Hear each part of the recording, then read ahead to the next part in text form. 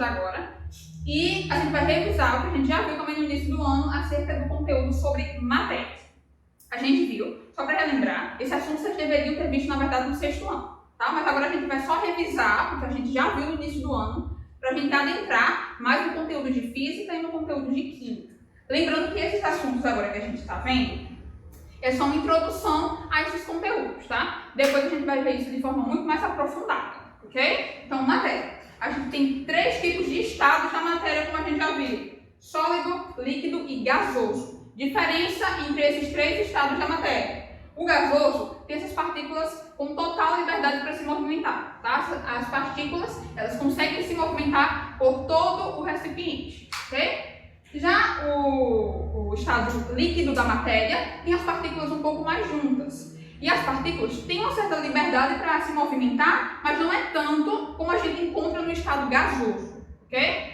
Já a matéria que se encontra no estado sólido tem essas partículas muito juntas, muito agrupadas, ok? Uma característica do estado sólido é que ele não consegue ter a forma de outro recipiente. Por exemplo, se eu coloco essa caneta dentro dessa minha garrafa aqui, a caneta ela não vai ter a forma da garrafa. É uma forma diferente quando a gente coloca um líquido aqui dentro, em que o líquido ele vai se encaixar perfeitamente nesse meu recipiente, ok? Então aí a gente tem 3 estados da matéria: estado gasoso, onde as partículas têm total liberdade para se movimentar; estado líquido, que as partículas têm uma certa liberdade para se movimentar, mas não é como no estado gasoso, certo? E o estado sólido, em que as partículas não têm liberdade para se movimentar, elas são muito agrupadas e muito juntas, ok? Mudanças no estado físico da matéria. Como a gente viu, o estado físico da matéria esses estados da matéria eles podem se transformar em outros tipos de estado. Por exemplo, se eu tenho um objeto no estado sólido, ele pode se mover para o estado líquido. Ele pode mudar o seu estado físico para o estado líquido. E a gente chama esse processo de fusão. Também pode acontecer a mudança do estado líquido para o sólido. E esse processo a gente chama de solidificação. Okay? Também pode acontecer de uma matéria se movimentar para o estado gasoso, e esse processo a gente chama de vaporização. Como a gente viu nas nossas últimas aulas, a gente tem alguns tipos de vaporização, como ebulição, calefação, que é uma mudança mais abrupta do líquido para o gasoso, ok? Do gasoso para o líquido, a gente chama esse processo de condensação ou liquefação. Já do estado sólido para o estado gasoso, a gente chama de sublimação. A gente também pode chamar o processo inverso, ou seja, do estado gasoso para o estado sólido, de ressublimação, ok? Constituição da matéria. A gente viu que a matéria é constituída por átomos, que matéria é tudo aquilo que ocupa um lugar no espaço e tem massa ou volume. Lembra disso? A gente viu isso em todas as nossas aulas praticamente, ok? Não esqueçam que a composição da matéria são os átomos. A matéria é formada por átomos, como a gente viu lá na nossa primeira aula, em que a gente tem aqui os nêutrons, os prótons e o núcleo, que fica no centro desse átomo. E dentro do núcleo a gente tem partículas positivas e neutras. As partículas positivas a gente chama de prótons, as neutras a gente chama de nêutrons, e as negativas, que ficam nos orbitais, ou que a gente chama também de eletrosfera, a gente chama de elétrons. Tudo bem até aí? Então a composição da matéria é o seguinte: são os átomos, e os átomos são formados pelo quê? Os átomos são formados por cargas. Cargas positivas, cargas negativas e neutras. E no centro desse átomo a gente tem uma coisa que a gente chama de núcleo, ok? E ali repousam as cargas tanto positivas como neutras. Átomos e elementos químicos, a gente viu que um elemento químico é um conjunto de átomos que tem a mesma característica. Ou seja, se eu tenho vários átomos e esses átomos entre si possuem as mesmas características, esse átomo pode ser chamado de elemento químico. Esse conjunto de átomos pode ser chamado de elemento químico. Como é que a gente representa um elemento químico?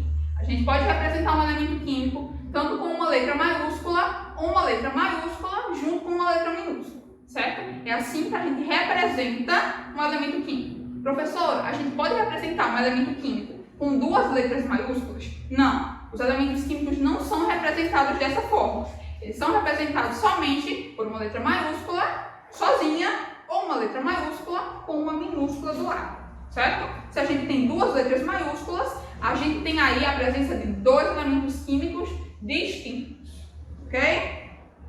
Transformações químicas. Além das transformações físicas da matéria, em que a matéria pode mudar do seu estado físico, mas não muda sua composição, a gente tem as transformações químicas, em que a matéria ela muda a sua composição totalmente, o que é diferente das transformações físicas, em que a matéria ela pode mudar o seu estado, tipo, ela está no estado sólido e passa para o estado líquido. Essa é uma transformação física, ok? É uma mudança de estado físico.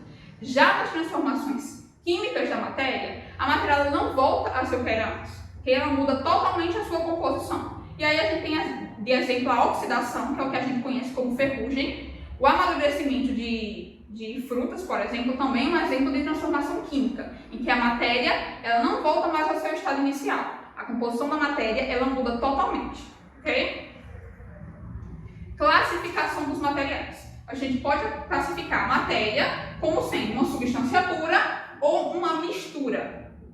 Substâncias são um conjunto de átomos que não necessariamente precisam ter as mesmas características, ok? É um agrupamento de átomos que eles não precisam ter características semelhantes entre si, certo? Já as misturas são um conjunto de substâncias, ok? Lembrando que substâncias são um conjunto de átomos que não precisam ter as mesmas características. Misturas são um conjunto de substâncias. A gente tem dois tipos de substâncias, como a gente viu.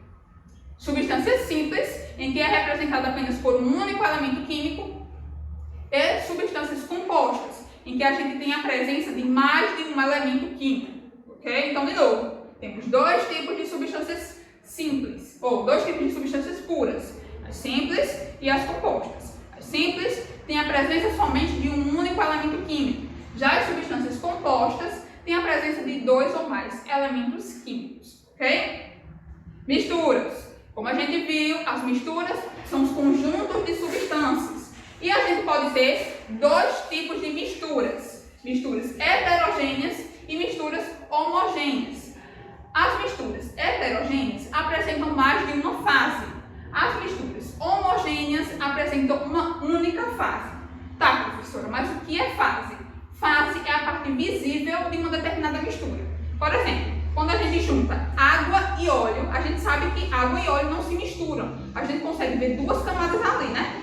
A água e o óleo. Ou seja, a gente consegue ver duas fases, duas partes visíveis de uma mesma mistura, certo? Então a gente tem misturas heterogêneas, com a presença de mais de uma fase, e misturas homogêneas, que têm apenas uma única fase. Exemplos de misturas homogêneas é, por exemplo, a água e o álcool. Se eu misturo água e álcool, eu não consigo diferenciar essas duas substâncias, correto?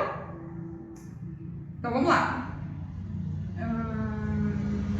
Separação de misturas. A gente pode separar as misturas quando juntas de algumas formas diferentes, tá? A gente pode separar tanto as misturas homogêneas de dois tipos, com relação a dois tipos de separação, e a gente também pode separar as misturas heterogêneas com alguns tipos aí. Vamos ver em detalhes cada tipo de separação aí que a gente encontra dentro das misturas homogêneas e dentro das misturas heterogêneas, ok?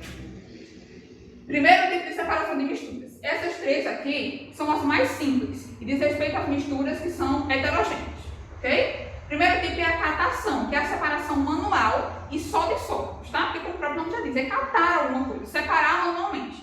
Isso a gente diz respeito à separação de objetos que são sólidos, ok? Peneiração é a separação que diz respeito ao tamanho. Tanto pode ser entre sólidos e tanto pode ser também entre sólidos e líquidos. Tanto faz, tá? Filtração. Filtração é a separação de uma determinada mistura com o auxílio de um filtro. Por exemplo, quando a gente está coando café, que a gente utiliza lá aquele filtro lá, o coador. A gente tem aí a separação entre um sólido, que é o pó do café, e o líquido, que é a água que a gente derrama para dar continuidade no café, ok? Lembrando que, no caso da separação que envolve a filtração, a gente precisa necessariamente de um filtro, beleza? Dissolução fracionada. Acontece o seguinte, quando eu quero separar dois sólidos diferentes, como o exemplo que eu tenho aqui, ó, areia e sal, o que é que eu preciso fazer? Adiciono água nessa minha mistura, aí a gente sabe que a água e o sal, eles juntam juntos formam uma mistura homogênea, ou seja, de apenas uma fase. Depois que eu junto a água e o sal e a areia, que está aqui também nesse único recipiente, eu consigo separar, tirar desse mesmo recipiente a água que está com o sal e deixo aqui nesse recipiente, ou quando a areia assentar, a areia, certo? Então, se eu tenho aqui junto areia, sal e água, eu posso passar para outro recipiente o conteúdo que está com água e com sal. E a areia que fica aqui no final do meu recipiente vai ficar separada, ok? Aí eu consigo separar a água e o sal e a areia, ok? Lembrando que a dissolução fracionada envolve a separação de dois sólidos, ok? A água só serve para conseguir separar esses dois objetos aí que são sólidos, certo? Separação magnética. Como o próprio nome já diz, essa separação aí envolve elementos que são ferromagnéticos, ou seja, são atraídos por ímãs. Centrifugação. Esse processo de separação que a gente chama de centrifugação é muito usado em laboratórios médicos. Quando a gente quer separar o plasma, que é a parte líquida do nosso sangue, das células sanguíneas. Aí a gente utiliza esse processo aqui. Aqui a gente tem uma centrífuga, geralmente tem em laboratórios médicos. E aí essa centrífuga ela faz o quê? Ela realiza um movimento de rotação com essa cápsulazinha aqui, que tem o plasma e as células do nosso sangue.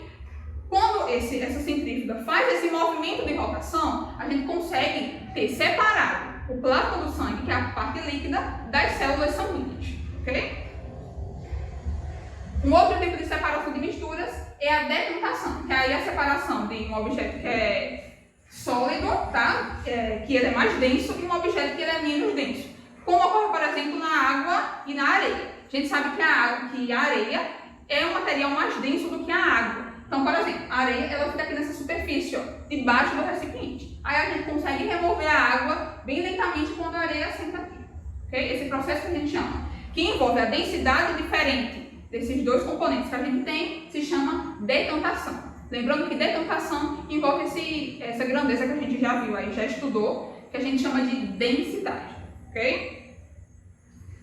Um outro tipo de separação de misturas é a destilação simples, que ocorre quando esses dois componentes que a gente quer separar, que formam uma única mistura, têm temperatura de ebulição diferente. Um exemplo que eu dei aqui é o da água e o sal. Quando eu esquento, por exemplo, a água e o sal apresentam temperaturas de ebulição, ou seja, de passagem do estado líquido para o estado de vapor, diferentes. A água evapora mais rápido do que o sal. Então aí eu consigo obter o quê? Quando eu evaporo a água, eu consigo obter o meu sal. Okay? Aí eu consigo separar a água do sal.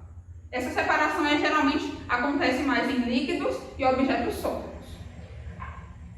Destilação fracionada. Essa separação é um pouco mais complicada, tá? Geralmente a gente encontra em usinas de petróleo. O que acontece? O petróleo é dividido em vários componentes, tá? Tipo querosene e outras coisas que são derivadas do petróleo que a gente encontra dentro do petróleo. Como é que a gente consegue separar esses componentes que pertencem ao petróleo por um processo de separação? A gente consegue separar por esse tipo de separação aqui, ó, a destilação fracionada, onde a gente também tem o tempo de ebulição diferente para esses determinados componentes. E isso é mais feito em laboratório, em usinas, em coisas mais especializadas. Não dá para a gente fazer em casa, porque é um processo muito complexo, tá? Ocorre o seguinte, a gente esquenta esse petróleo e com os tipos de ebulição diferentes para cada componente que formam o petróleo, a gente tem a divisão desses materiais, ok? Então, nessa aula, a gente viu alguns tipos de separação de misturas, o que é uma substância, que mistura, é um conjunto dessas substâncias, e que a gente tem dois tipos de misturas, as heterogêneas e as homogêneas. Qual a diferença entre elas, professor? As misturas homogêneas, elas apresentam uma única fase. As misturas heterogêneas, elas apresentam mais de uma fase. E fase é a parte visível da matéria, ok? Da substância. A gente sabe que substância é o conjunto de átomos que não precisam ter as mesmas características, ok? Vocês deem uma olhada lá no livro de vocês, tentem resolver os problemas que dizem respeito a esse assunto aqui, tá? Não esqueçam de, se não entenderam, revisar o conteúdo de novo, dar uma olhada no livro, assistir essa aula novamente, se for preciso, compartilha com seus amigos para eles assistirem também, tá? E não deixarem de perder as aulas que vão estar dispostas aqui. Coloca lá no teu Instagram, me marca a escola e espalha para todo mundo que a gente está fazendo esses videoaulas, tá? É isso, pessoal. Até a próxima aula.